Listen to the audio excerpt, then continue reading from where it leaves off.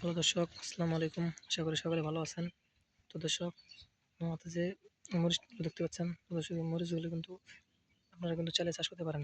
দর্শক এই মরিচগুলো চাষ করলে কিন্তু আপনারা প্রচুর পরিমাণে লাভবান হতে পারবেন। তো দর্শক, আমাদের কৃষক ভাইরা কিন্তু মরিচগুলো চাষ করে কিন্তু প্রচুর পরিমাণে লাভবান হয়েছে। তো দর্শক, আপনারা চাইলে কিন্তু এই মরিচগুলো চাষ করে কিন্তু প্রচুর পরিমাণে লাভবান হতে পারবেন। তো দর্শক, এই মরিচগুলো যদি আপনারা চাষ করতে চান তাহলে আপনাদের এই মরিচ গাছের চারাগুলো বাজার থেকে কিনে আনতে হবে। তারপর সেই চারাগুলো আপনাদের ক্ষেতের জমিতে কিংবা আপনাদের পুকুরের পাড় দিয়ে মরিচের চারাগুলো কিন্তু রোপণ করে দিলে কিন্তু আপনাদের মরিচ গাছগুলো কিন্তু আস্তে আস্তে প্রচুর পরিমাণে বড় হয়ে যাবে।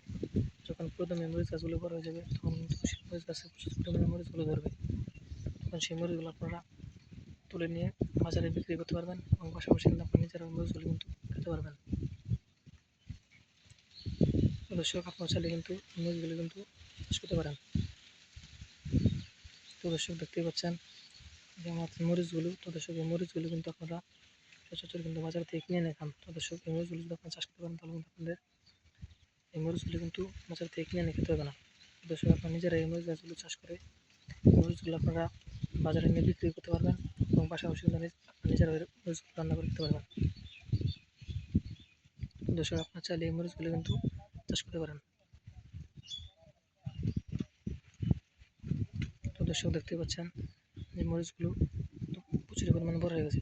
দর্শক, এই মরিচগুলো কিন্তু এখন সেই মরিচ গাছ থেকে কিন্তু তুলে নিয়ে কিন্তু বাজারে বিক্রি করা হবে এবং পাশাপাশি কিন্তু মরিচগুলো কিন্তু রান্না করে খাওয়া হবে। তো দর্শক, আপনার চাইলে কিন্তু এই মরিচগুলো চাষ করে কিন্তু প্রচুর পরিমাণে লাভ আনতে পারবেন।